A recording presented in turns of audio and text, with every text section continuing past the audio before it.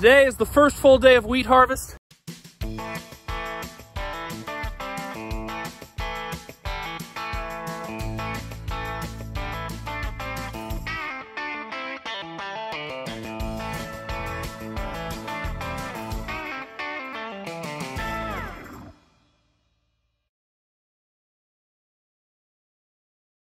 All right, so we have been harvesting wheat off and on for the last 4 to 5 days, but we've also had 2 rains, and we never really got started. We never really had more than 1 combine going at a time.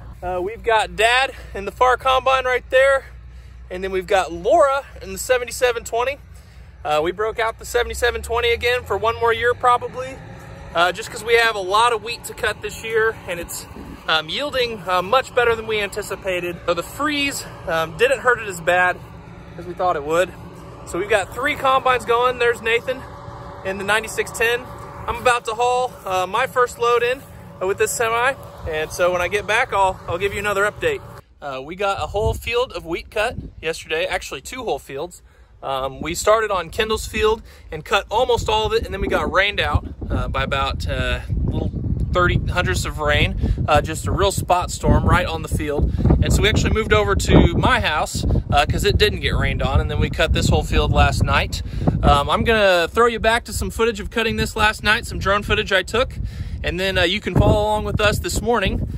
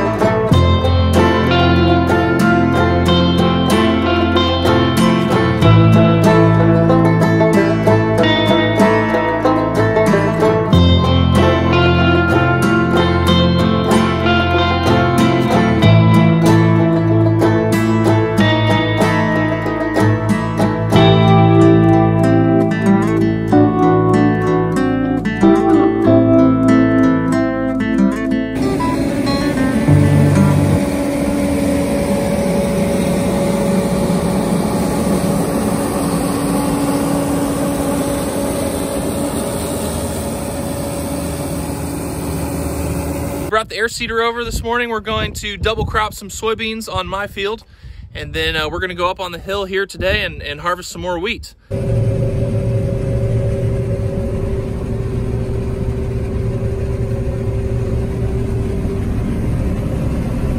So had quite a few comments about the moisture of the wheat. Apparently a lot of people up north, y'all harvest wheat at 15 to 20% moisture all the time, and either dry it down or just take the dock or whatever it is that you do. And I just wanted to respond to those comments. First of all, here in Kansas, we're growing winter wheat. I don't know if it's spring wheat up there or if you're growing winter wheat as well. But here in Kansas, hardly anyone has grain storage, and hardly anyone would ever harvest wheat over 15% moisture. Mainly because during wheat harvest here in June, it's usually 95 to 100 degrees and windy. And so even if your wheat tests 15, 16, the next day, it'll be ready. Well, all of the end of last week and Monday and Tuesday this week, it was cloudy. It kept raining little showers. It was very uncharacteristic for Kansas weather. It felt more like, you know, up north weather or Europe weather. So I am assuming that's why you guys do it the way you do it, harvesting wheat at 15 to 20%. And you know, putting it in the bin and drying it or whatever, however it is that you guys do it. But here in Kansas, pretty much everyone harvests wheat dry because it'll dry down in just a couple days. We've got a neighbor going next to us, and I'm gonna haul this truck into town here, so you guys can ride along with me.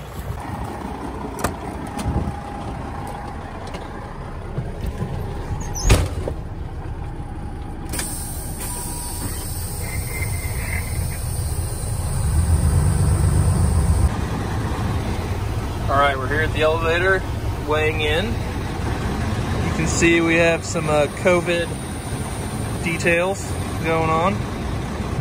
That's Mom on the scale. She came in behind me.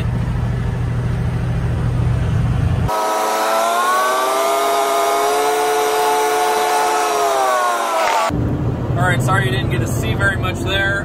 We're not allowed to get out of our trucks because of COVID, so it's hard to film very much happening, but basically just lifted the end dump back here, and they open the gates in the back, and the wheat goes down into the pit here at the grain elevator. This is a Cargill elevator in Salina, Kansas. We haul to several different elevators. Actually, this year we're probably going to be hauling to 4 different elevators. All right, here's the weigh out scale. But basically when you weigh in, it measures your full weight, which was about, I think it was like 78,000 pounds. And then when we weigh out, it's 31,000. And so then it prints out your ticket.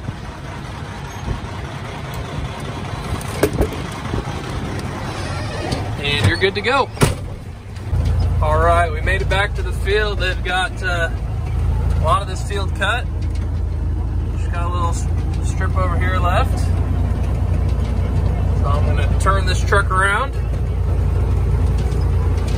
That way it's ready to go when it's full.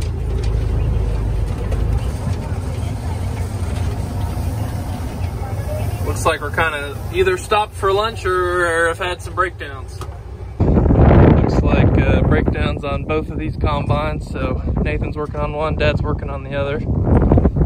I'm gonna get lunch really quick. Hello.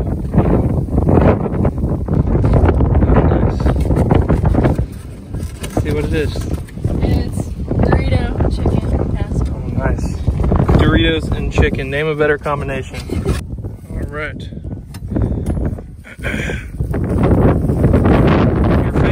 Your face looks pretty clean there. My face is almost clean. Our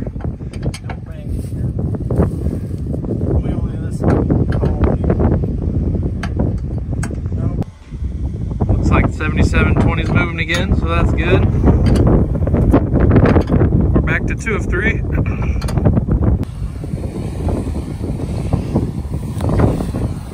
Getting dusted.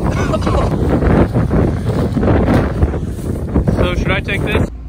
All right, I'm gonna take this tandem truck. This is our quote-unquote new truck that we got. It's probably like 20 years old, but it's new to us. That's Laura, doing a good job. All right, they finished this field in the time it took me to go to the elevator and come back. Now we're across the road over here.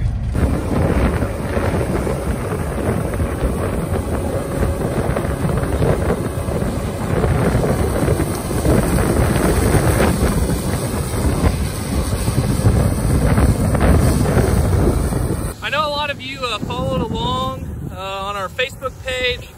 on Instagram, and we talked a little bit about how the freeze impacted this wheat crop.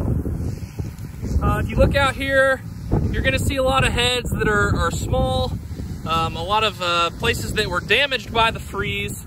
What's interesting though is that there are also a lot of heads that are large, and I think we had a very favorable part of the year where the wheat was filling out and where it was ripening. So basically everything else went really good besides that week where we were getting below freezing temperatures. The thing is, today we are cutting our fields.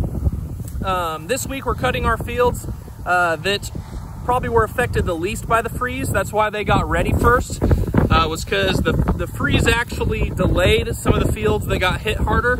So we're gonna be moving on to those later this week. But these fields that we're cutting first are yielding really well. You know, much higher than we expected, even though we knew that these fields weren't quite damaged as bad as our other ones. We're still getting above average yields. It seems like every year I tell you guys that we're having really adverse crop conditions, and then we end up having a good crop. So part of that might be that I'm a young farmer and I don't know exactly what I'm talking about, but the other part is that we have been getting a lot of rain these last couple years, and that's caused some problems for us. It's caused some headaches, but it's truly led to good yields. And the freeze obviously damaged our crop and it took away some of its potential, but its potential was very, very high just because it's rained so much, and it was very mild temperatures here this spring in Kansas. All right, we're gonna go say hi to Laura, see how she's doing. Here Laura comes on her initial approach. So, you enjoying yourself? Yeah. 7720's auger is a little beat up.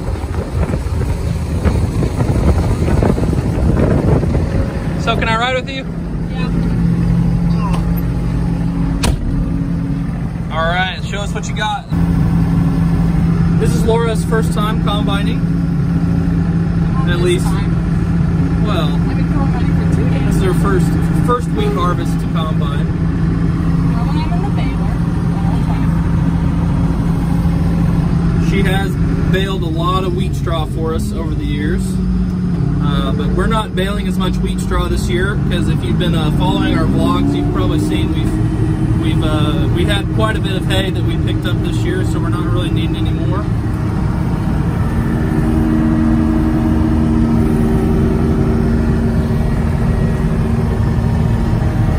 Let that 7720 eat! Brother-sister time in the combine. We're having some quality sibling time right now. Laura's very chatty.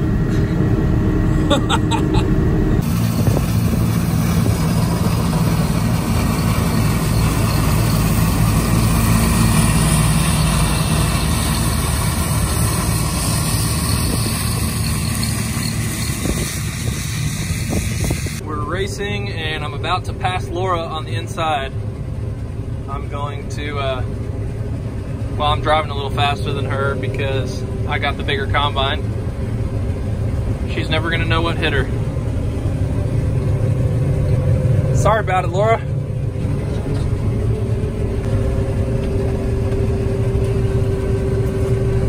This is the life right here, folks. This is refreshing to the soul. This is why we do what we do. One of my favorite parts of farming is wheat harvest with the whole family helping. So I hope you enjoyed this video. There will be probably a couple more on wheat harvest, but enjoyed making this first one. Remember to click like and subscribe, and leave us a comment if you have any questions. And yeah, thanks for watching. See you next time.